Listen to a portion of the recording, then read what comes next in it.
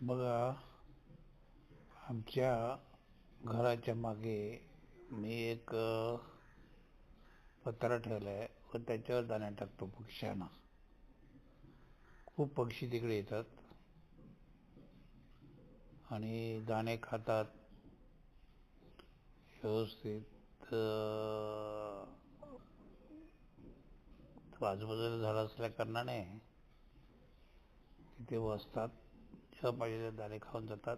बाजूलाच मी एक पाण्याचं भांडं ठेवलं आहे, तिथे जाऊन ते पाणी पितात किंवा आंघोळ करतात. बघा, तर पक्षी आंघोळ करतात, काही पक्षी पाणी पाणी पितात. तुम्हाला पण असं शक्य असेल तर तुम्ही पक्ष्यासाठी घराच्या मागे किंवा आजूबाजूला कुठेतरी असे त्यांच्यासाठी व्यवस्था करू शकता. आता इथे ह्या शाळुंक्या आहेत, कधी कावळे येतात, कधी चिमण्या येतात, कधी बुलबुल, नंतर पानकोंबड्या, ही खारबुडी. बघा, ही खारबुडी पण कधी कधी येते.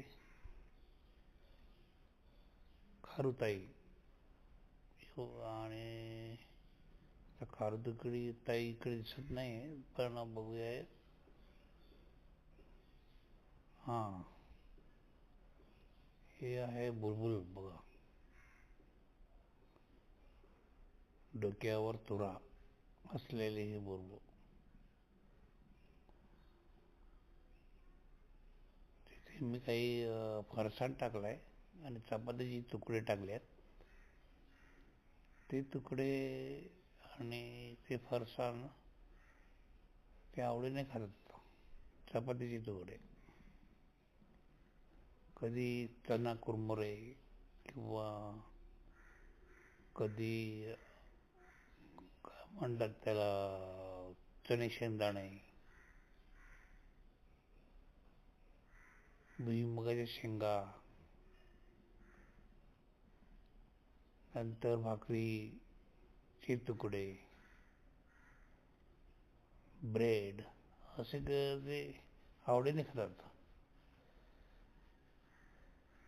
आता बघा, ही शाळुंगे आल्या.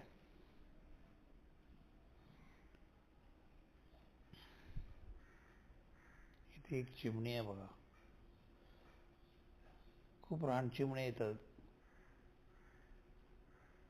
आता खारबुडी दाखवली असती, पण आता दिसत नाही. सकाळी भरपूर होत्या. हा, ही बघा आली, ही खारबुडी.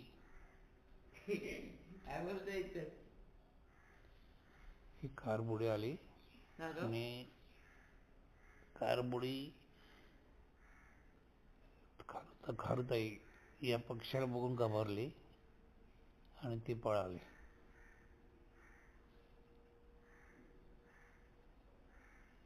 ही जी खारबुडी पाणी पिते, ही झाडावर उडी मारली तिने. बघा,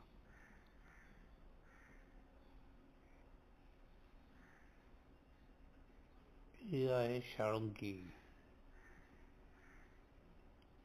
ही खारबुडी आली बघा पुन्हा.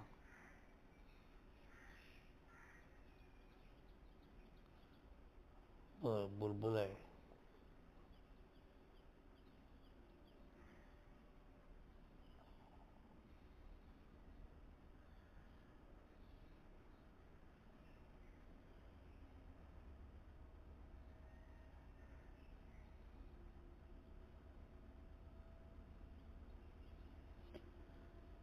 खारुताईने चपाती घेतली खायला.